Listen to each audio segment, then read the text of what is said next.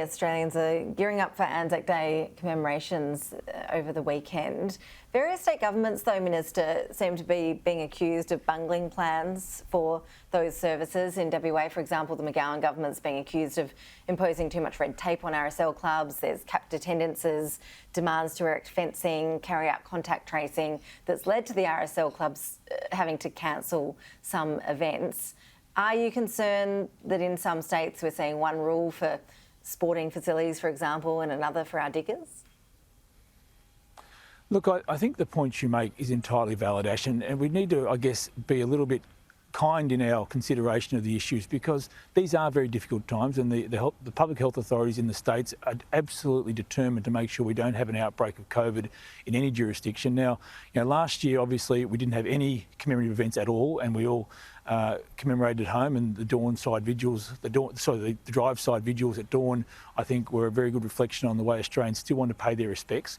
I want to see as many people as possible have the chance to gather at dawn services and attend marches and pay their respects. But I understand why the states are trying to make sure that they get that balance right between having crowds in a controlled environment and making sure they've got the opportunity for people to respectfully and in a dignified way pay their respects to all those who served, those who've given their lives, but also those who've served so incredibly well over the past 18 months with things like Operation Bushfire Assist and the flood recovery and COVID-19 and now the cyclones in Western Australia. So it is a difficult balance for the state governments, and they're all got to weigh up their individual health warnings.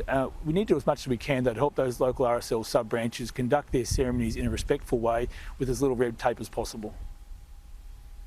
Your state counterpart in WA, the Veterans Issues Minister in that state, has come under fire. He said that he'd rather spend money on living veterans than on Anzac Day.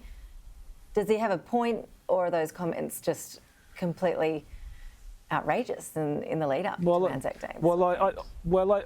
I think he's missing the point. Anzac Day is about respect. It's respect for the fallen, respect for their families who allowed them to serve our nation, and also respect for those who continue to serve today. Now, commemoration and recognition and that quiet remembrance does help our veterans today. It helps our living veterans. They know they're respected. They know their work has been well regarded. It's a way that a nation can say thank you for your service. So these commemorative events are important. That's why we do them.